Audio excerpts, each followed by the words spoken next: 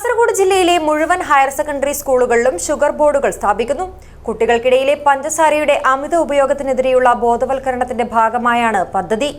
ആദ്യഘട്ടത്തിൽ 40ഓളം സ്കൂളുകളിൽ സ്ഥാപിക്കുവാനുള്ള board Lions international district 318E നൽകുമെന്നും ഇതിന്റെ ജില്ലാതല ഉദ്ഘാടനം ശനിയാഴ്ച നടക്കുമെന്നും ഭാരവാഹികൾ വാർത്താ സമ്മേളനത്തിൽ അറിയിച്ചു.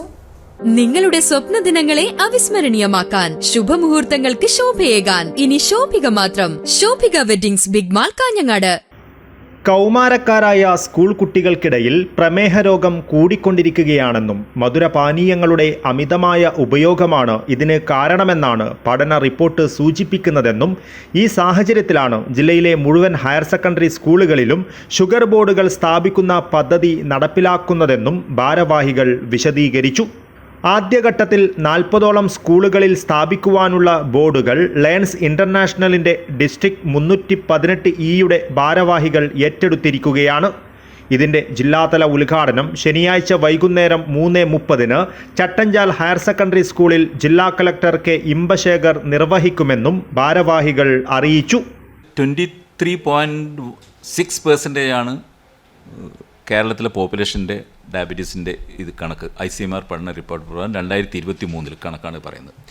അതിൽ ടീനേജ് കുട്ടികളുടെ ഇടയിൽ 8.1 ഉണ്ട് ഈ 2023 പഠന റിപ്പോർട്ട്.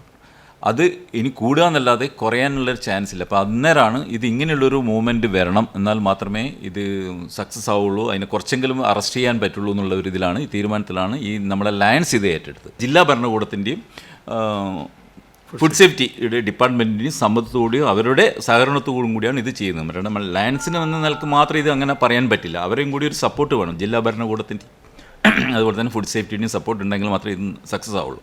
അങ്ങനെയാണ് ഇപ്പോൾ കോഴിക്കോടും വയനാടും ഇന്നിപ്പോൾ കാസർഗോഡും നമ്മൾ വന്നിട്ട് ഇതാക്കിയുള്ളത്. കാസർഗോഡത്തെ നമ്മൾ ഇതിൻ്റെ ഔദ്യോഗിക ഉദ്ഘാടനം ഈ വരുന്ന ശനിയാഴ്ച 15-ാം തീയതി 3 മണിക്ക് ചട്ടഞ്ചാൽ ഹയർ സെക്കൻഡറി സ്കൂളിൽ നടക്കുകയാണ്.